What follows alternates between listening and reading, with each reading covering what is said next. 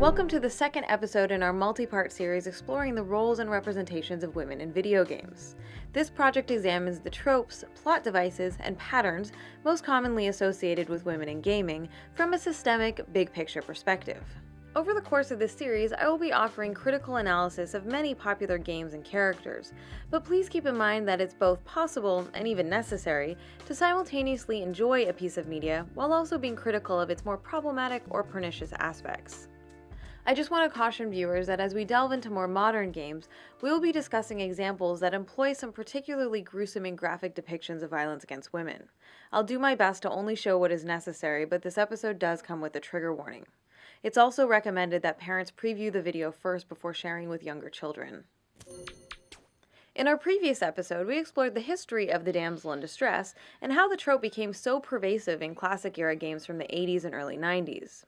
We also explored some of the core reasons why damsel characters are so problematic as representations of women. So if you haven't seen it yet, please check that one out before continuing to watch this one. As a trope, the damsel in distress is a plot device in which a female character is placed in a perilous situation from which she cannot escape on her own and then must be rescued by a male character, usually providing an incentive or motivation for the protagonist's quest. Now, it might be tempting to think that the damsel in distress was just a product of its time, and that by now surely the trope must be a thing of the past.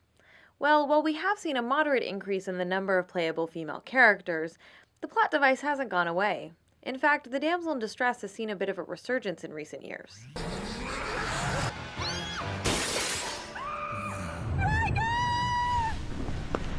Silence!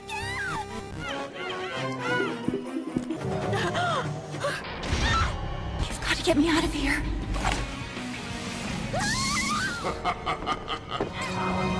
Get out. He's hurting me. Alice?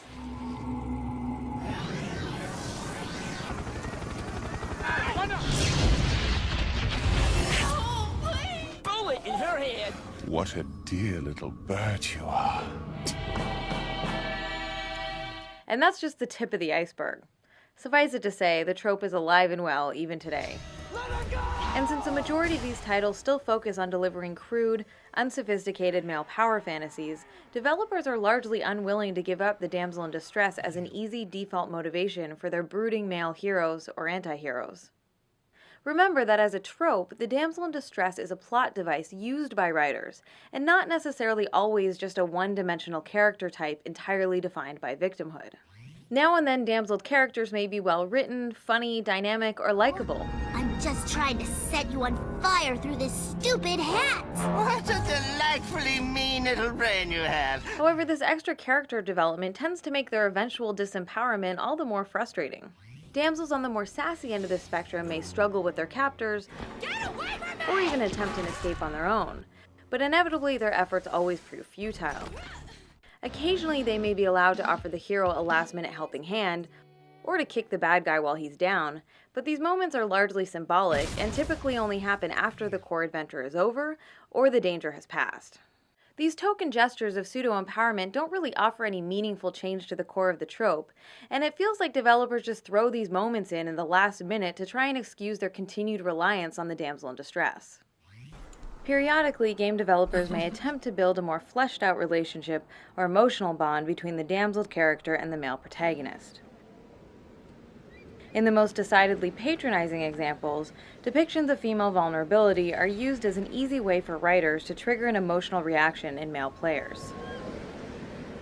As we discussed in our first episode, when female characters are damseled, their ostensible agency is removed and they're reduced to a state of victimhood. So narratives that frame intimacy, love, or romance as something that blossoms from or hinges upon the disempowerment and victimization of women are extremely troubling because they tend to reinforce the widespread regressive notion that women in vulnerable, passive, or subordinate positions are somehow desirable because of their powerlessness. Unfortunately, these types of stories also help to perpetuate the paternalistic belief that power imbalances within romantic relationships are appealing, expected, or normal. Okay, so we know that the damsel in distress is alive and well in gaming, but that's not the full picture. There's an even more insidious side to the story. Over the past decade, game companies have been desperately searching for ways to stand out in a market increasingly oversaturated with very similar products. As a consequence, we've seen a dramatic increase in the number of games attempting to cut through the clutter by being as dark and edgy as possible. So we've seen developers try to spice up the damsel in distress cliche by combining it with other tropes that involve victimized women. I've identified a few of the most common of these trope cocktails, which join together multiple regressive or negative representations of women, including the disposable woman, the mercy killing, and the woman in the refrigerator. The term women in refrigerators was coined in the late 1990s by comic book writer Gail Simone to describe the trend of female comic book characters who are routinely brutalized or killed off as a plot device designed to move the male character's story arc forward. The trope name comes from Green Lantern issue number 54, in which the superhero returns home to find his girlfriend murdered and stuffed inside his refrigerator. This trading of female characters' lives for something meant to resemble male character development is of course part of a long media tradition, but the gruesome death of women for shock value is especially prevalent in modern gaming. The women in refrigerator trope is used as the cornerstone of some of the most famous contemporary video games. It provides the core motivational hook behind both the Max Payne and the God of War series, for example. My wife. My child. In each case, the protagonist's wife and daughter are brutally murdered, and their deaths are then used by the developers as a pretext for their inevitable bloody revenge quest. It's interesting to note that the reverse scenario, games hinging on a woman vowing revenge for her murdered boyfriend or husband, are practically non-existent. The gender role reversal is so unusual that it borders on the absurd.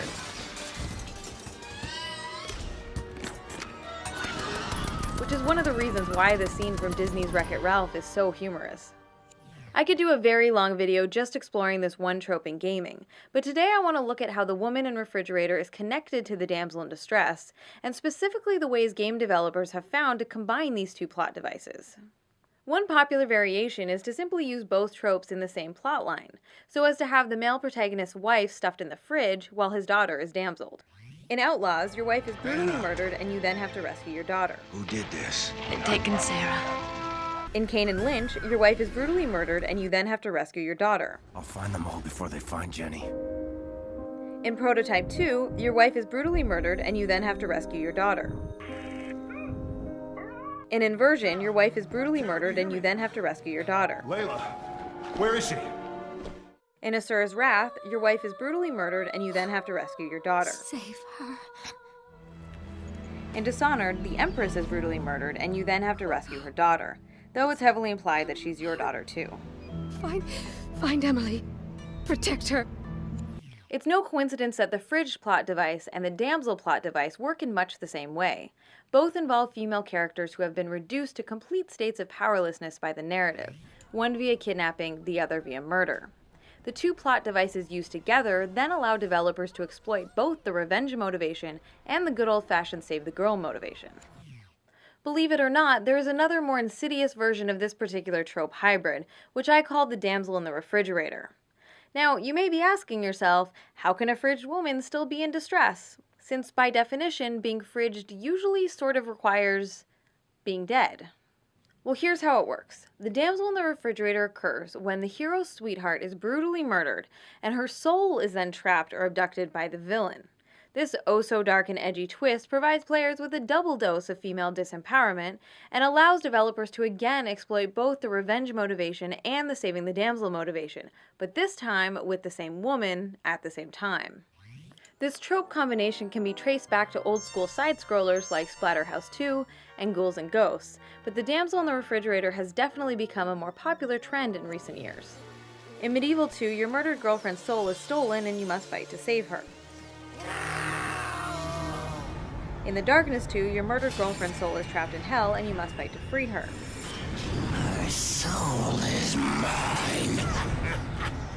In Shadows of the Damned, your murdered girlfriend's soul is trapped in hell and you must fight to free her. Help her!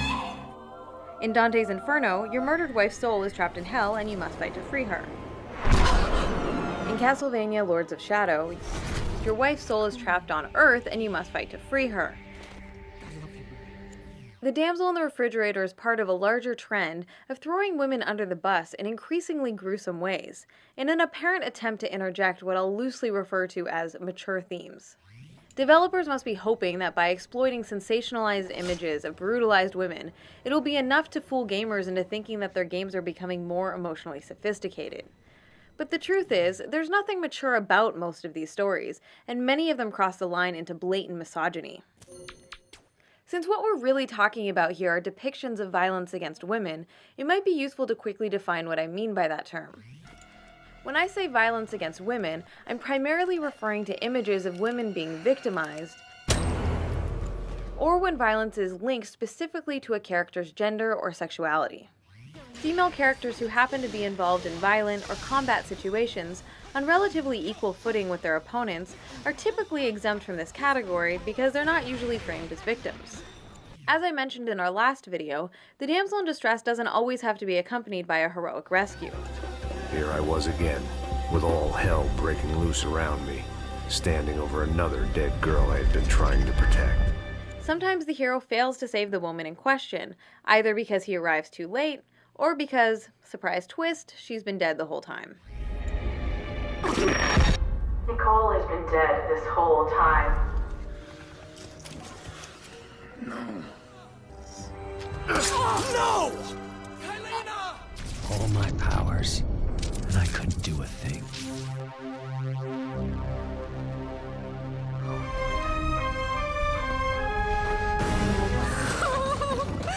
Kill me! Or in the case of the 2009 version of Bionic Commando, not only has your wife been dead the whole time, but turns out she's actually a part of your bionic arm. I never wanted you to be involved in this. It's okay. I'll always be by your side. Yes, you heard that correctly. His wife is his arm. God. But the most extreme and gruesome variant of this trend is when developers combine the damsel in distress with the mercy killing. This usually happens when the player character must murder the woman in peril for her own good. I like to call this happy little gem the euthanized damsel. Typically, the damsel has been mutilated or deformed in some way by the villain, and the only option left to the hero is to put her out of her misery himself. We can trace this one back to the original 1980s arcade game Splatterhouse, in which your kidnapped girlfriend is possessed and the player is forced to fight and kill her. After saving his bitten beloved in Castlevania Lament of Innocence, the hero must then kill her to gain the power to defeat the vampire lord. Thank you, Leon. In Breath of Fire 4, Alina has been turned into a hideous monster and then begs you to kill her. In Gears of War 2, Dom is motivated to rescue his captured wife Maria. When he finds her, she has been starved and possibly tortured into a catatonic state, and so he shoots her. In Tenchu Shadow Assassins, Do it. You must. the princess meekly asks the hero to cut her down to get to the villain, which he does. A particularly egregious example can be found in Grand Theft Auto 3, when after you've rescued Maria Latour, it's implied that the protagonist suddenly shoots her because she's talking about stereotypically girly things. I broke a nail and my hair is ruined. I mean, can you believe it? This one cost me $50. The writers deliberately wrote her character to annoy the player, so in the end, the violence against her becomes the punchline of a cheap misogynist joke. Sometimes these killings happen via cutscene, while other games ask the player to participate directly by pulling the trigger themselves. In the Castlevania Dracula X Chronicles remake, if you don't rescue Richter Belmont's beloved Annette, she will turn into a vampire and you'll then have to kill her. Oh my god, Annette. I'm so sorry I didn't save you. But you know what I do to vampires. What I have to do. No! I'll make you mine forever! The captured women in Duke Nukem 3D beg you to kill them throughout the game. This misogynist scene is regurgitated and actually made worse in the 2011 follow-up, Duke Nukem Forever, developed by Gearbox. Another popular Gearbox game, Borderlands 2, also uses this plot twist when Angel asks the player to murder her as a way to try and thwart the villain's evil plan. Destroying the iridium injectors that keep me alive will stop the key from charging, and it will end a lifetime of servitude. The end of Alone in the Dark gives the player the choice between killing your girlfriend yourself. Choose quickly, carrier. Kill her or let her live. You alone can decide. Or letting Satan kill her by being reborn in her body.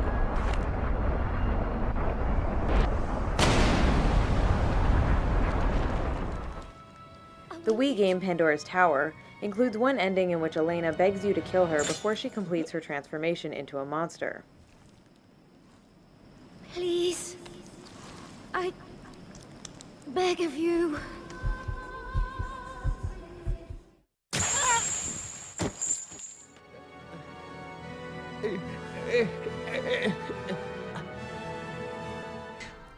Help me! I'm so afraid! In the 2006 shooter Prey, when the hero finally reaches his abducted girlfriend, she's been hideously mutilated and fused with a monster, which you must fight while she screams for help over and over again. Get away from me, Tommy! She wants me to kill you! I can't stop it! After being incapacitated, she begs you to kill her. Please, Tommy. Let me go. And the player can't advance in the narrative until you shoot her in the face.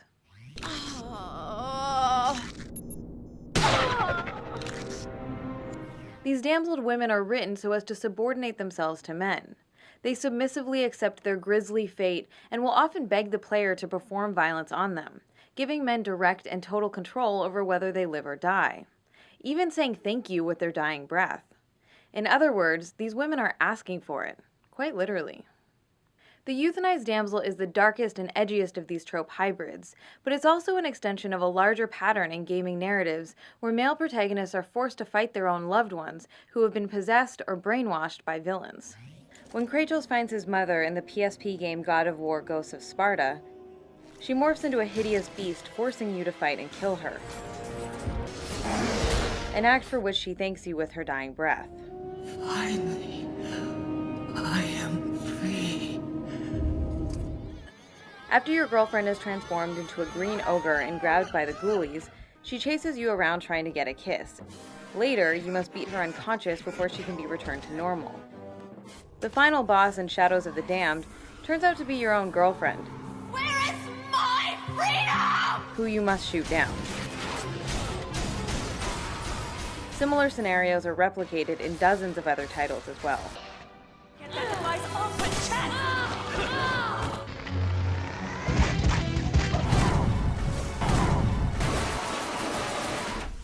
Although the narratives all differ slightly, the core element remains the same. In each case, violence is used to bring these women back to their senses. These stories conjure up supernatural situations in which domestic violence perpetrated by men against women who have lost control of themselves not only appears justified, but is presented as an altruistic act done for the woman's own good. Of course, if you look at any of these games in isolation, you'll be able to find incidental narrative circumstances that can be used to explain away the inclusion of violence against women as a plot device. But just because a particular event might make sense within the internal logic of a fictional narrative, that doesn't in and of itself justify its use. Games don't exist in a vacuum, and therefore can't be divorced from the larger cultural context of the real world. It's especially troubling in light of the serious, real-life epidemic of violence against women facing the female population on this planet. Every 9 seconds, a woman is assaulted or beaten in the United States, and on average, more than 3 women are murdered by their boyfriends, husbands, or ex-partners every single day. Research consistently shows that people of all genders tend to buy into the myth that women are the ones to blame for the violence men perpetrate against them. In the same vein, abusive men consistently state that their female targets deserved it, wanted it, or were asking for it. Given the reality of that larger cultural context, it should go without saying that it's dangerously irresponsible to be creating games in which players are encouraged and even required to perform violence against women in order to save them. Even though most of the games that we're talking about don't explicitly condone violence against women, nevertheless they trivialize and exploit female suffering as a way to ratchet up the emotional or sexual stakes for the player. Despite these troubling implications, game creators aren't necessarily all sitting around twirling their nefarious-looking mustaches while consciously trying to figure out how to best misrepresent women as part of some grand conspiracy.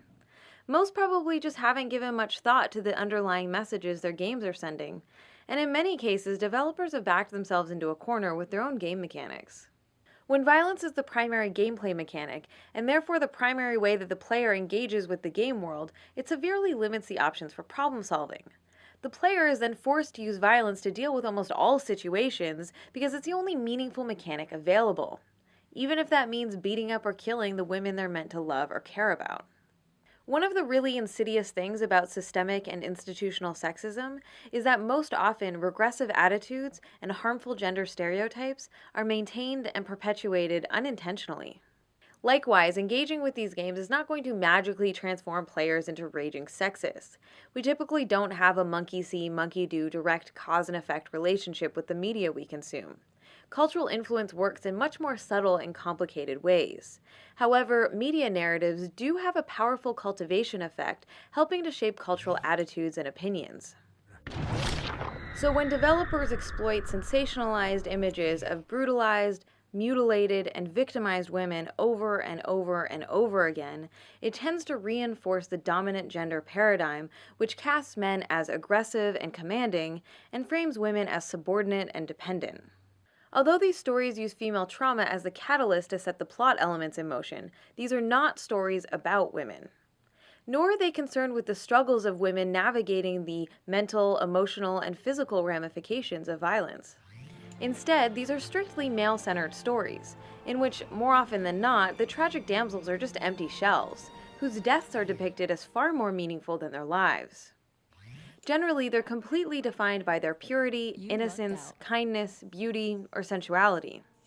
In short, they're just symbols meant to invoke the essence of an artificial feminine ideal.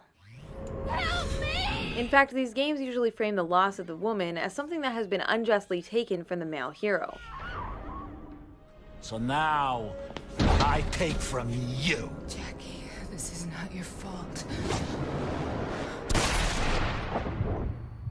The implication being that she belonged to him, that she was his possession. Once wronged, the hero must go get his possessions back, or at least exact a heavy price for their loss. On the surface, victimized women are framed as the reason for the hero's torment.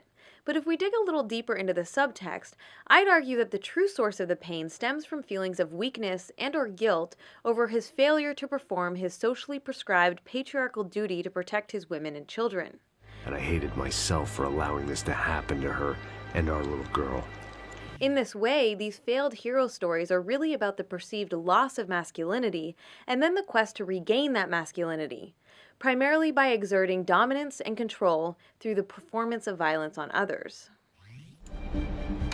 Consequently, violent revenge-based narratives repeated ad nauseum can also be harmful to men because they help to further limit the possible responses men are allowed to have when faced with death or tragedy. This is unfortunate because interactive media has the potential to be a brilliant medium for people of all genders to explore difficult or painful subjects. So to be clear here, the problem is not the fact that female characters die or suffer. Death touches all of our lives eventually, and as such, it's often an integral part of dramatic storytelling. To say that women could never die in stories would be absurd. But it's important to consider the ways that women's deaths are framed and examine how and why they're written. There are some games that try to explore loss, death, and grief in more genuine or authentic ways that do not sensationalize or exploit victimized women. Dear Esther, Passage, and To the Moon are a few indie games that investigate these themes in creative, innovative, and sometimes beautiful ways. These more contemplative-style games are a hopeful sign, but they're still largely the exception to the rule. A sizable chunk of the industry is still unfortunately trapped in the established pattern of building game narratives on the backs of brutalized female bodies. Violence against women is a serious global epidemic. Therefore, attempts to address the issue in fictional contexts demands a considerable degree of respect, subtlety, and nuance. Women shouldn't be mere disposable objects or symbolic pawns in stories about men and their own struggles with patriarchal expectations and inadequacies. The dark and edgy trope cocktails that we've discussed in this episode are not isolated incidents or obscure anomalies.